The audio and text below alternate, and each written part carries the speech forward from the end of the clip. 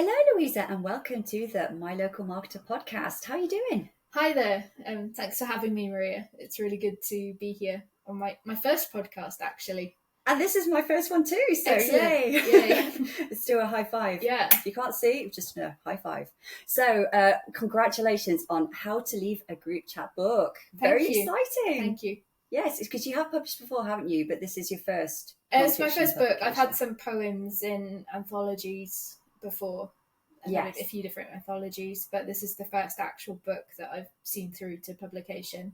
Oh, which is really exciting. And it's not a poem, so quite different. Well, let me just read your intro quickly so people know who you are. So this is Louisa Guise. Louisa is Cardiff born and bred. She likes to write and has had a number of poems published, as we've just said. How to Leave a Group Chat is her first non-fiction book, which draws upon the knowledge gained from her long career as a communications professional. Louisa now lives in Reading with an army of houseplants, where, aside from writing, she enjoys yoga, fine dining, and kayaking on the Thames. That last one is fascinating to me. I need to do that with you at some point, because I've always wanted to do that. I've got the kayak in my shed, and it hasn't come out in a while, so we should go. Oh, okay, we'll have to arrange that after this. Yeah, definitely. Okay, so let's jump right into it and ask you the first question, which is, what do you love about living in Reading? I really like the location of Reading. It's great because London is right there, but you can also access other cool cities, including my hometown of Cardiff, so it's not hard to go back, although the train prices are not favourable, but there you go. Look early for those deals. I really like that it's multicultural. I did live in Croydon. I've been in London, and even Cardiff's become more and more multicultural. So I feel quite at home with that. So I think that's great, and it leads to a lot of great food as well. Some really good local restaurants. It does feel like very safe. Although I say that as someone who lived in Croydon, where you're constantly looking over your shoulder. Sorry if there's anyone, living in Croydon listening to this. Share in the comments why you love Croydon and why it's not that bad, but you do have to be more aware than in other places. It's fantastic that there's so much nature on your doorstep, but Reading kind of bleeds into like West Berkshire, Oxfordshire. That was just such a blessing in the pandemic to not feel so confined. I was living in a one-bed flat for a lot of the pandemic, so it was brilliant to get out cycling, walking, kayaking then. And also it has been a very good place to start a writing career with lots of local writers and a really great writers group that we're both in called Caversham Writers, where I've certainly learned a lot and had that extra kind of push to kind of see projects like this through to publication. So brilliant, thank you for that. Yeah, I must admit, I do like living in Reading too. As you said, it's a great location for getting to anywhere, whether it's Birmingham, South London, anything like that. But also, I just love the canals. I like the fact you can be in the city centre but then go and run by the canal. Yeah, I find that's so relaxing. You can feel like you're in the middle of nowhere. Yes, but you're not in the middle of nowhere, but you still feel like you're in the middle of nowhere, which is really, really nice. Yeah, it's a hard balance to find. So yes, I think we are both avid fans of Reading. Sorry to say that. So as we know, your book is called How to Leave a Group Chat. But let me just turn this around because it's displayed at the front here. But the subtitle is A Guide to Navigating Digital Communication. Now, this is what I find fascinating because, as I said to you before, I think the subtitle actually expresses the book more. So how did you land on the title, How to Leave a Group Chat? How to Leave a Group Chat, that's kind of the hook that goes, kind of the thread, if you like, that runs throughout the book. It's really kind of what it's about. But it talks about communications in general. It looks at, because a big thing for me is explaining, not just saying, it's easy enough to say, okay, this is how you leave a group chat, but I think there needs to be an explanation of how we behave, why we behave the way we do, a bit kind of a reassurance that it's sort of not our fault in a way, and it's how communication has changed, and not just changed, but kind of diverted from how we would communicate as human beings, which I think does cause some conflict and I think needs to be acknowledged. In terms of the precise wording, because an early title was The Ultimate Guide to Leaving Group Chats, which is a bit more of a mouthful. But I did some SEO keyword research. I'm a kind of communications and marketing professional by trade, and it's really important that anything that goes online fits in with what people are already searching for. So I did some research to kind of define the title, and I think How to Leave a Group Chat is a lot more punchy than my original title as well. Interesting. Yeah, I must admit, because I started to read it having read your title, and as I was going through, I was thinking, wow, I'm learning so much from this book. I mean, words, I think your word is like fubbing. I'd never heard this word before.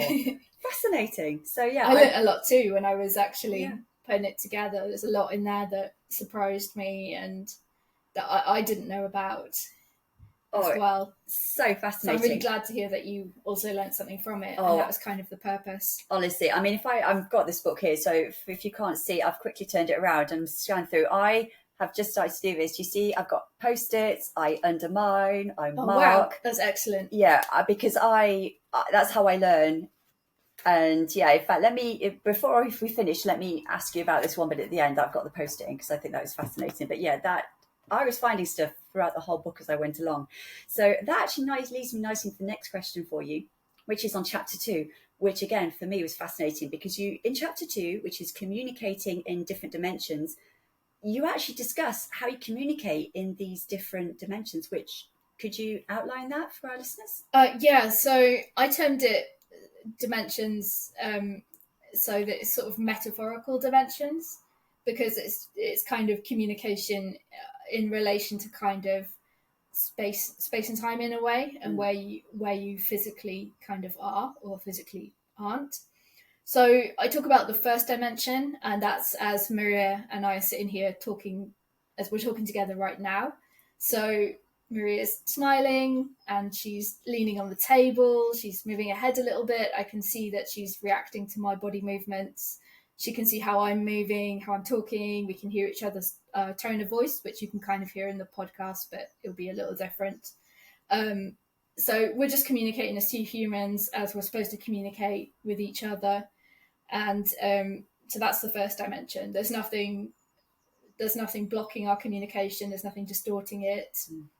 And we pretty much absolutely know how the other's feeling and how to kind of be in sync and how to react next. Second, that's when you can communicate. I've given it an overall term of how you can communicate without being present. And by present, I mean physically with somebody. So talking on the telephone, and by telephone, I mean the regular telephone. And it's kind of funny that I have to even explain that, but that would be second dimension, because we'd be talking in real time, but we wouldn't be able to see each other. We could still hear tone of voice. It would sound a little different over the airwaves or the cable.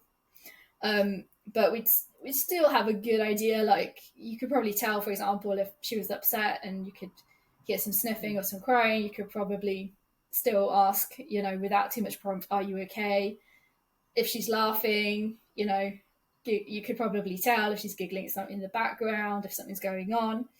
So I've dropped that second because it sort of fits as a sort of in between. But there's also kind of passive communications in the second dimension. So basically there's communication, but you're not corresponding in real time like you would on the telephone. So a book, for example, you've written all this information, you're still communicating with someone else, but you're not there to actually give them the information. So I hope that makes sense. That's kind of second dimension. And then third dimension, you're more of a persona. You're in this virtual world. There's no body language, no tone of voice. We try and mitigate that with emojis. So basically you're at a screen talking to another screen. You might not even be your full self, because you might be, the perception of who you are might just come through your Facebook profile, and then you're talking on Facebook Messenger. So third dimension is when we're really kind of removed from how we're much further removed from how we would communicate normally. And at the end of the book as well, I sort of mention we're moving into kind of all these different sort of hybrid models, like video calls, which kind of fits somewhere in between. And you called them the fourth dimension, isn't it, that one? Yeah, I mean, for the purposes of the book, I hadn't really defined it, but I did watch back the Ask the Author talk I did with Caversham Writers at Forebears a few weeks ago, and actually I noticed that Adrian, the host, did keep referring back to Zoom calls a lot more than I'd even realised when doing the talk. So it's definitely something that's coming up, and then there's this new things coming. You've got holograms, you've got metaverse, you've got 4D. So I don't know these. I know they're on the horizon. I know things are changing, but I don't know enough to really be an expert to write about them yet. But they're definitely something we should have on our radar for sure. Definitely. And be looking out for. So we've got the 4 dimensions there. So the first one is like we're doing at the moment. We are in person, in the same room. We can see, hear each other. The second dimension is where you've got something between you, whether that is a phone call and you are in real time, or it's a book. So someone is television as well. And that could be communicating to you from the past, really. I mean, we read books that are like decades old, so someone maybe isn't around anymore. Well, the earliest in the book, the earliest example I gave of this was actually cave paintings. Yes, because some of them were just to tell stories, to big up the person who might have painted the cave paintings, but some of them might have been, a note to the next person who's in this cave to say, hey, this is where the local spring is to find water, or this is where the good berries are, or where the good, where the animals are hiding so you can hunt them or something. So fascinating. Still passing on messages. And then third, as we've just said, that is through the digital screen. So that's where, like you said, you've got to use emojis or something just to clarify the conversation. Because if you say, are you coming? Smiley face, it's different from are you coming? Angry face. Yeah, definitely. Yeah. So it's just an extra way to help us navigate the screen where you can't see or hear anyone. And then maybe fourth dimension stuff we've got where we can actually see people over Zoom, where you can see them. They probably are in real time, but there is still something between you. Or metaverse, where who knows when that's going to happen, what that's like. So those are the 4 different ones. And are we going to be holograms one day communicating, in 4D, 3D? Yeah, I only touched briefly on these newer communications at the end of the book, because like I said, I don't feel I'm in a place yet to know enough about them to write about them, but who knows, maybe in a follow-up at some point I would be better, acquainted with these new technologies that are evolving. I'll hold you to that, and you've got to come on here when you do that next one. Okay. So that leads on to the next question, which is, as we said, I thought a great thread through the book was this idea that no form of communication is bad. As you said within the book itself, that the title, How to Leave a Group Chat, it may appear very negative, but actually you're not saying whether a group chat is good or bad or any form of communication. You are just identifying them all, and it's up to each individual person to identify what works best for them. So the main lesson here is to balance and to make people aware how they communicate, the different ways in which they communicate with different people, and to also consider, I thought this was very good of you, to consider how other people want to communicate. It's not just about you. You may want to call someone on the phone, but they may just want to do a text because they are busy or something. So I thought that was really good. So how do you recommend people find their own balances within their lives for family or friends or colleagues, whatever it is? How do you recommend they do that? I think it's important to really understand communication, because right now communication has outpaced us, definitely. Like we've been given phones and we've got these new apps. We're using them straight away. There's no training. There's no stopping and thinking, why am I using this app? Who am I communicating with? How it works. We just sort of muddled along. So I think it's really, and that's where some of our insecurities kind of come in, because I think it is important. A key thing is to consider other people, like, oh, maybe they are busy. Oh, maybe they don't want to hear about this topic, and pausing, because we're not pausing. It's like, here's the communication. I'm using it now. I'm going to communicate to you. You have to communicate back. We're sort of losing these pauses in our lives, which I think is not, it doesn't fit with how we communicate naturally. We always need to consider these things. I think we could set some rules, for ourselves. So if so and so brings up X topic, I won't respond. Or I know one thing I'm trying to do for myself is not, depending on what it is and who it is, not communicate straight away.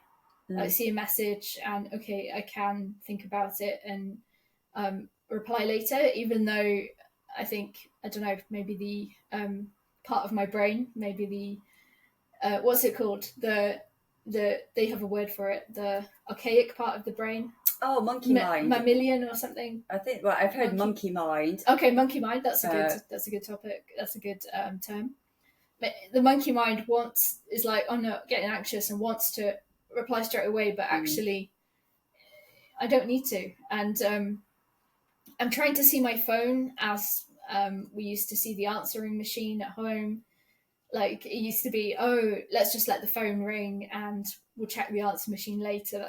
That's the mentality I'm trying to adopt, so that I'm not just firing back messages constantly for the sake of it. And that's, I think, is a good way to balance. I love that. Your question was about balance in the communications? It was, yeah. And actually, let me read at that point the point that I said I wanted to read in your book, because I just absolutely loved it. You see, I've written a note there.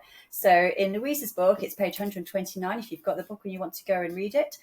When many of our natural real-world conversational markers are absent, being able to abide by rules gives us back that sense of safety and predictability, which is currently largely missing from many digital social interactions. And I love this part. And the reason why I love it as well is it reminds me of the Friends scene. Did you ever watch Friends? I'm actually not a Friends fan. I couldn't get into it, no. Well, there's this one scene I think you'd appreciate where you've got Monica, and she's very stringent. She loves rules. And she's there, and they're all talking about games, and she's talking about rules. And they're saying, like, oh, it takes the fun. And Monica goes, no, it's what makes it fun. The rules make it fun. Yeah.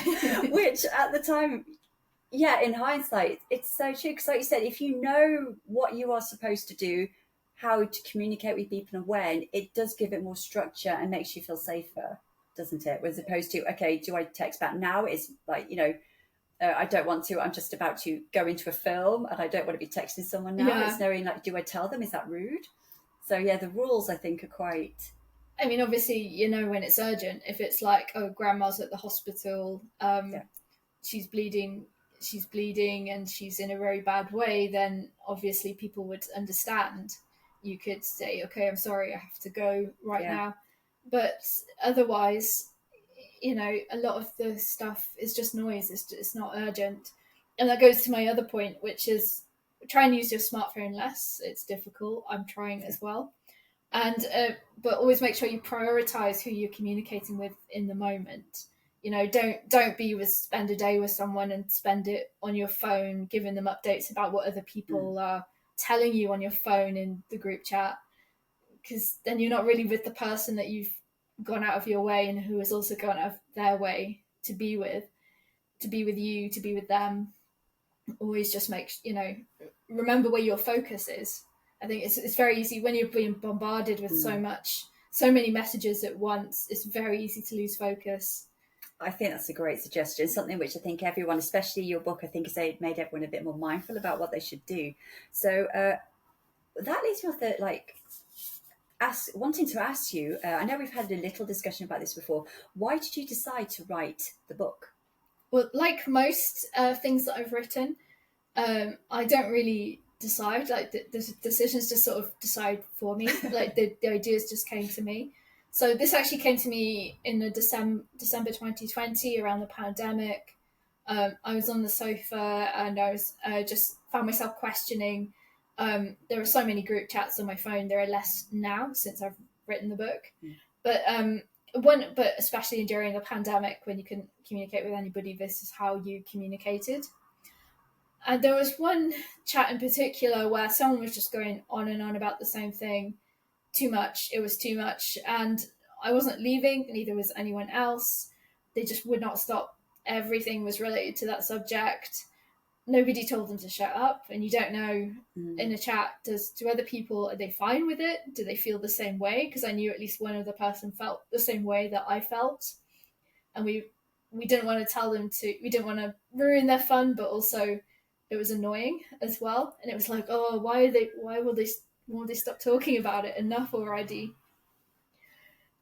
So I just started making notes and just planning out this book and wondering how I could shape it into something useful and reassuring and helpful.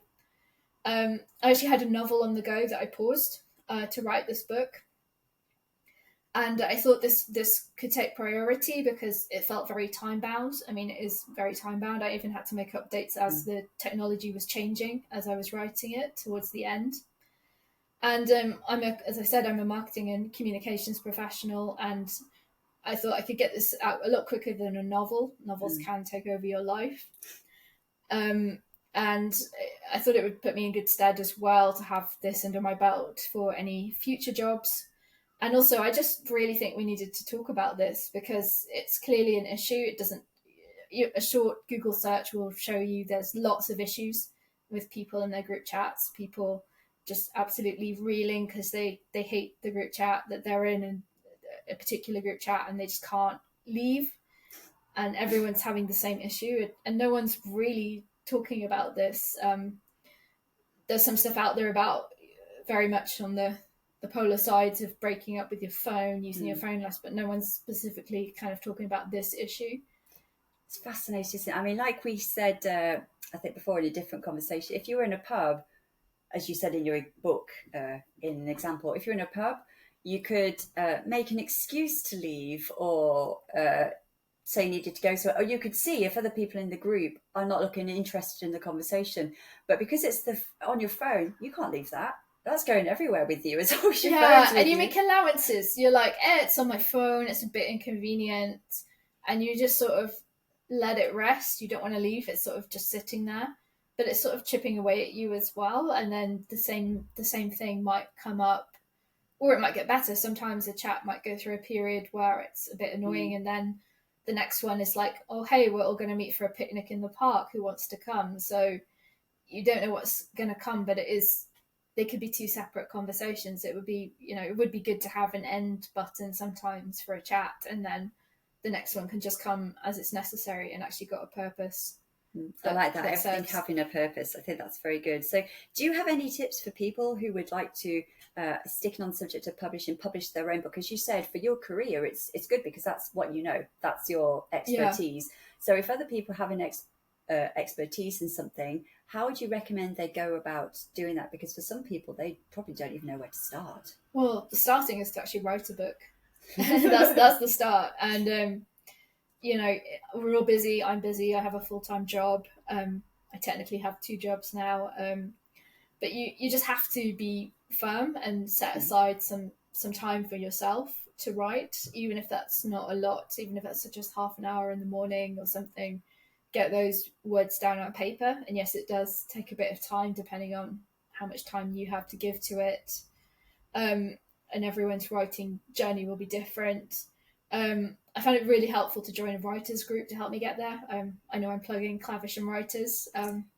You can thank me later, Adrian. I was going to say, Adrian's going to be very pleased with this. But it really has helped having people that hold you accountable, having people to proofread your work and give you pointers, seeing the different journeys that everybody's gone on or is going on. And we got really lucky because there are some great local writers that came to talk to us. Thank you to Rupal Patel, Will Carver, Kate Poles, Anita Frank, and others. It's been absolutely invaluable to learn from published authors, from editors, find out all their tips. So once you got to the point, assuming that you've written your book, I would say... my strategy was to go to the Writers and Artists Yearbook, because if you try and Google, it's just impossible because there's so much junk out there. There's so many people that want you to pay them £20,000 and they'll publish your book, and you really don't know what's legit. My approach was agents first, then publishers, and then if I didn't get a publisher, I would have gone for self-publishing. And I chose that order because agents need to have avenues open to them. So if you go to publishers first and you're rejected, and then you go to agents, they've got fewer avenues to choose from, and the agents are the ones who can get you potentially into one of the big publishers, and they can fight for like a bigger what's it called, more money for you in the beginning. So so it's definitely worth trying agents first, and just look very carefully in the Writers and Artists Yearbook. Lots of agents and publishers have specialisms. Some are big operations that have lots of people that have their own specialisms within the company, and some are like single just agents, and they might just take on history books and that's it, or they might take on just children's books. So you have to really be quite diligent when you're looking. Only put down the ones that are relevant to you. There's no point applying to someone who isn't going to represent you from the start. And then when you've got your list, cross-check with their website, make sure they're open to submissions, make sure they will take unsolicited manuscripts. That's something that's without an agent, I believe, and pre-approved. Make sure, because they all have a slightly different procedure. Some will ask for the whole manuscript, some will ask for the first chapter, with stuff in between. So make sure that you just follow to the letter what they want. Otherwise, you're just wasting your time, because part of that test is to make sure that you're paying attention, and that if you're serious, you're gonna give them what they're asking for. Yeah. So that's brilliant. So put some time, because like I said, you need a book in the first place. So put time aside to write the book, whether it's half an hour a day, just do it to get the book out. Joining a group, I think, is a great suggestion, because you need the support in order to help you do it, and that will help you get proofreaders and actually put some and time aside. If there's nothing in your local area, there's lots of groups online as well. Cabbage and Writers is partially online. Some weeks, so we do have people joining from people outside of the area, outside of the country even, which is great, which is fantastic. So there's lots of avenues. If you can't, or you can start your own writers group, and that also helps when you come to publishing. That's something else to add to the CV. So that's also an option as well. So once you've done that, you've got your support group, then it's, as you said, agents, publishers, and then what was the self-publishing? Self-publishing. If that's the route so that you want options. To go down, Yeah, and when you do, as you said, be sure to do your research. Don't just send off the same thing like a CV to everyone. Do the research on what they each want individually. Yeah, and if anyone's listening in America, the site I was recommended to find agents is Query Tracker. So for the UK, it's UK Writers and Artists Yearbook, and then for America, it's Query Tracker. Interesting. I will leave that, as with everything else we've discussed, in the show notes. So just to close off, I'd like to say that my key takeaway for the book, as I've said to you before, is that readers gain a great awareness. I know for me, it's made me very aware of thinking, who do I communicate, how, and is that the best way to communicate with them, and how am I going to communicate with them going forwards? So do you have any a key takeaway from your book that you want, or an actionable piece of advice that you want people to go away with?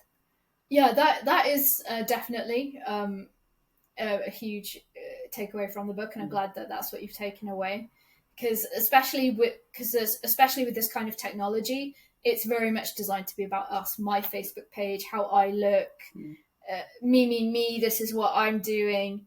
And I think that's part of that's another thing that's probably knocking our communication, is because we're so self-obsessed. We're forgetting that we're talking to someone else.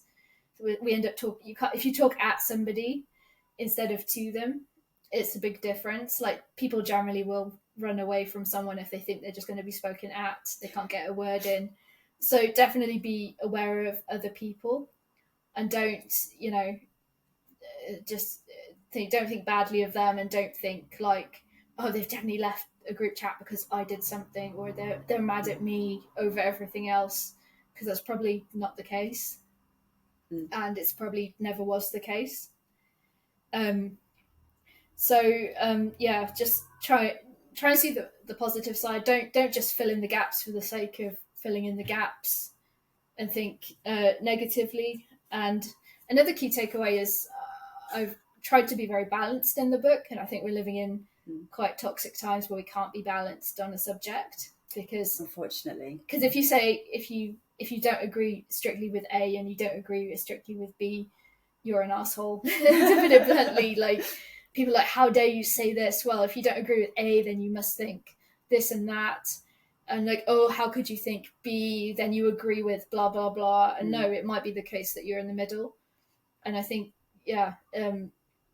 it's important to have balance, whether that's using your phone, whether that's sort of in your discussions and in your opinions. So I hope that my book is doing a small part to contribute to a more balanced kind of society overall.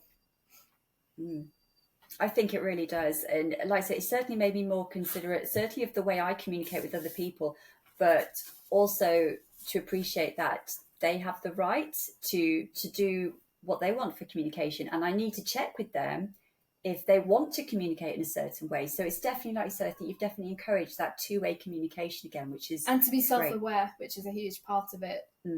Just be mindful of who you're talking to, and that they also have a life where they're doing things. They're not necessarily just because you can message them anytime a thought pops into your head doesn't mean they have to reply anytime a thought pops into your head. That's what we can do and what we must do are two different things. Just because we can do it doesn't mean we should or we have to, and other people aren't obliged to do that either.